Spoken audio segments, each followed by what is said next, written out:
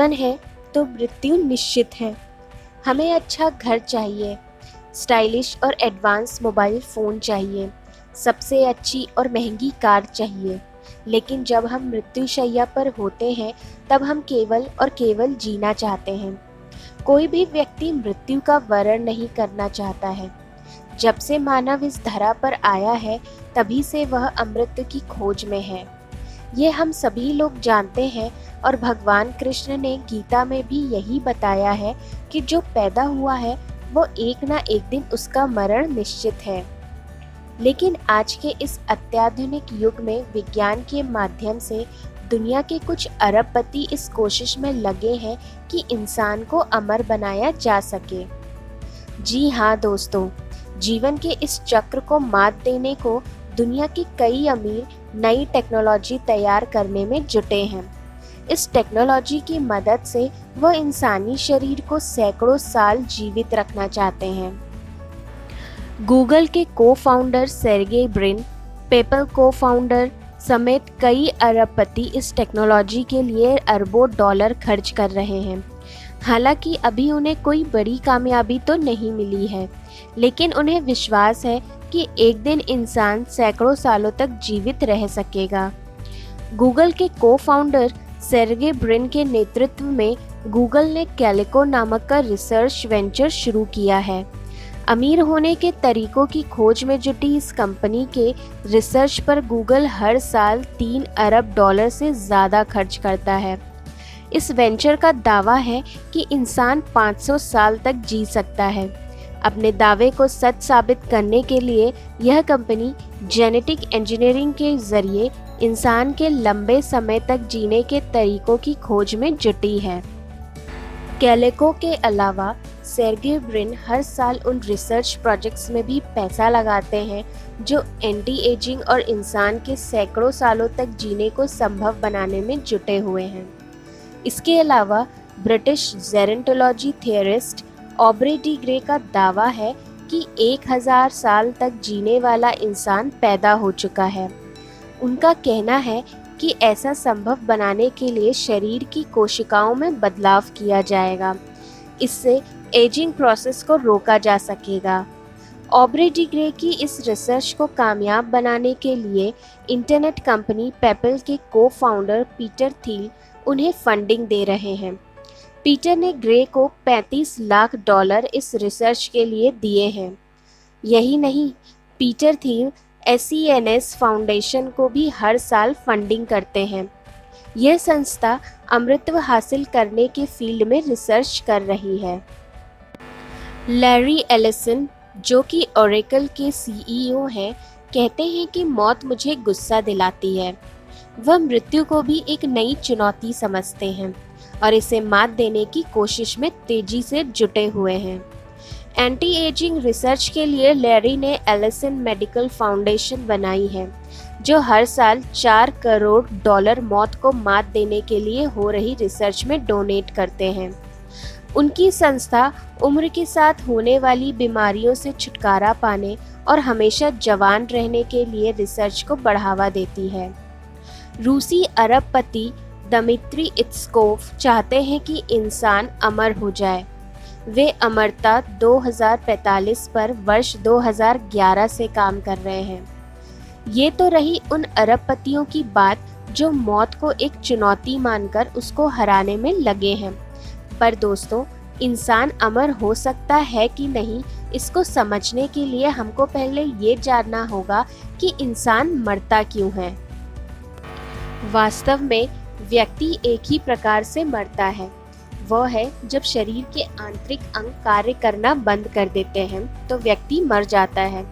अब अंग किसी भी कारणवश कार्य करना बंद कर दे, जैसे ऑक्सीजन की कमी से, एक्सीडेंट से क्षतिग्रस्त होकर, बुढ़े होकर, किसी बीमारी से खराब होकर, और अगर इन क्षतिग्रस्त अंगों को प्रतिस्थापित कर दिया जाए तो व्यक्ति के बचने की उम्मीद बन जाती है।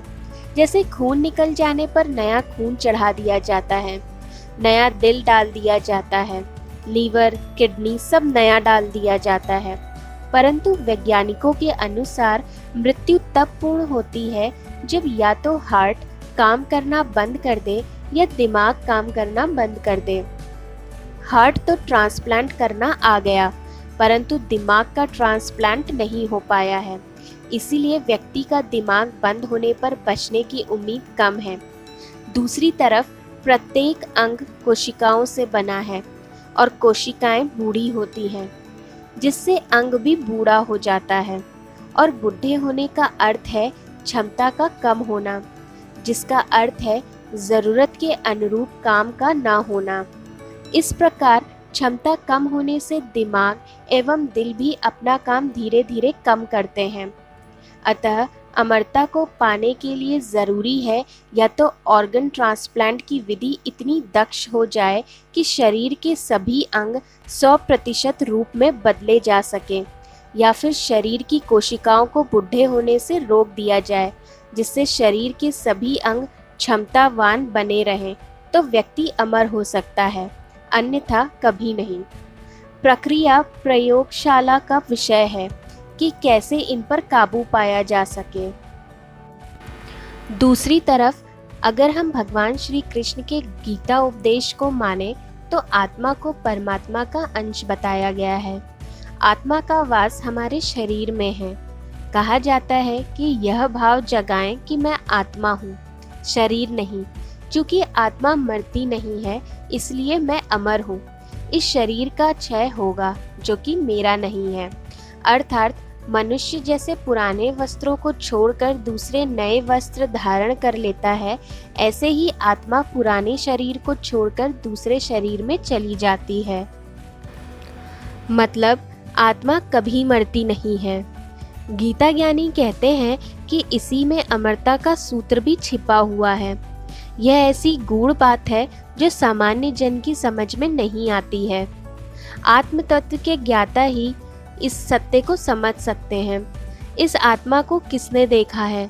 क्या हम आत्मा को देख भी सकते हैं? हमारे अंदर आत्मा है, फिर भी हम मृत्यु को प्राप्त हो जाते हैं। जो आत्मज्ञानी नहीं है, उनके लिए तो यह शरीर ही सब कुछ है।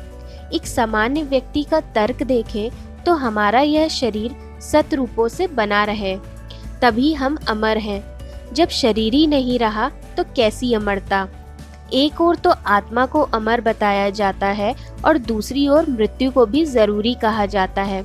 तभी तो पृथ्वी लोक को मृत्यु लोक की संज्ञा दी गई है। इसका सीधा सा अर्थ है कि पृथ्वी पर जो आया है वह जाएगा, कोई भी हो। हमारे धर्म ग्रंथों के अनुसार हमारे देवताओं ने कितने अवतार पृथ्वी पर लिए, लेकिन उन्हें शरीर छोड़कर जाना ही पड़ा। पृथ्वी पर 7 ऐसे मनुष्य थे जिनकी मृत्यु का कोई उल्लेख नहीं है, इसलिए इन्हें चिरंजीवी कहा जाता है।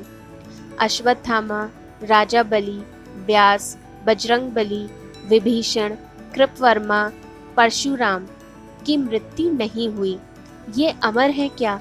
कैसे हुए अमर? हमारे धर्म ग्रंथ इस प्रश्न के उत्तर में मौन है। यह कहा जाता है कि ईश्वर ने जन्म और मृत्यु को अपने हाथ में रखा है। सिवाय ईश्वर के कोई नहीं जानता कि कौन कब पैदा होगा और कब मरेगा। जिस दिन मृत्यु का रहस्य ज्ञात हो जाएगा, उसी दिन अमृतत्व प्राप्त कर लेंगे। मृत्यु पर विजय की कथा महाभारत में है। सावित्री सत्यवान की कथा तो हम सब जानते हैं। सावित्री ने यमराज से अपने पति सत्यवान के प्राण वापस ले लिए थे। सावित्री और यमराज के बीच लंबा संवाद हुआ। इसके बाद भी यह पता नहीं चलता है कि सावित्री ने ऐसा क्या किया कि सत्यवान फिर से जीवित हो उठा। इस प्रक्रिया के बारे में महाभारत भी मौन है। जिस दिन यह प्रक्रिया वैज्ञानिक ढंग से ज्ञात हो जाएगी, हम अमृतत्व प्राप्त कर लेंगे। समुद्र मंथन में अमृत निकला। इसे प्राप्त करने के लिए देवताओं ने दानवों के साथ छल किया। देवता अमर हो गए। यह अमृत क्या था? क्या समुद्र में वैज्ञानिक रहते थे जिन्होंने अमृत तैयार किया? क्या समुद्र मंथन कोई ऐसी वैज्ञानिक प्रक्रिया थी जिसे आज हम अमरता 2045 कह सकते हैं? समुद्र में जेलीफिश पाई जाती है। यह तकनीकी दृष्टि से कभी नहीं मरती है। कोई अन्य जीव जेलीफिश का भक्षण कर ले तो अलग बात है। इसी कारण इसे इमॉर्टल जेलीफिश भी कहा जाता है। जेलीफिश बुढ़ापे से बाल्यकाल की ओर लौटने की क्षमता रखती है। यही तो अमरता है। अगर वैज्ञानिक जेलीफिश के अमरता के रहस्य को सुलझा ले तो मानव अमर हो सकता है। कहीं ऐसा तो नहीं है कि समुद्र मंथन के दौरान इसी जेलीफिश से अमृत बनाया गया हो। अमरता के अनेक खतरे भी हैं। कई साल पूर्व एक कहानी पढ़ी थी। एक राजा अमर हो जाना चाहता था। वह कई संतों के पास गया। लंबे प्रयास के बाद संत ने एक गुफा में बह रहे झरने का पानी पीने की सलाह दी। राजा बड़ी मुश्किल से गुफा तक पहुंचा। जैसे ही उसने पानी पीना चाहा, एक कौवा बोला, राजन, पानी पीने से पहले मेरी बात सुनो। मैंने भी यहाँ का पानी पिया और अमर हो गया। मैंने इस संसार का हर सुख भोग लिया। अब मैं इस संसार में रहना नहीं चाहता हूँ। लाख प्रयास के बाद भी अपना जीवन समाप्त नहीं कर पा रहा हूँ। जीवन में नवीनता लाने के लिए ज़रूरी है कि नया जीवन प्राप्त करूँ। मैं वही पुराना जीवन ढोने के लिए अभिशप्त हूँ। अब आप फैसला करें कि अमर होना है या नहीं। यह सुनकर राजा बिना पानी पिए चला गया।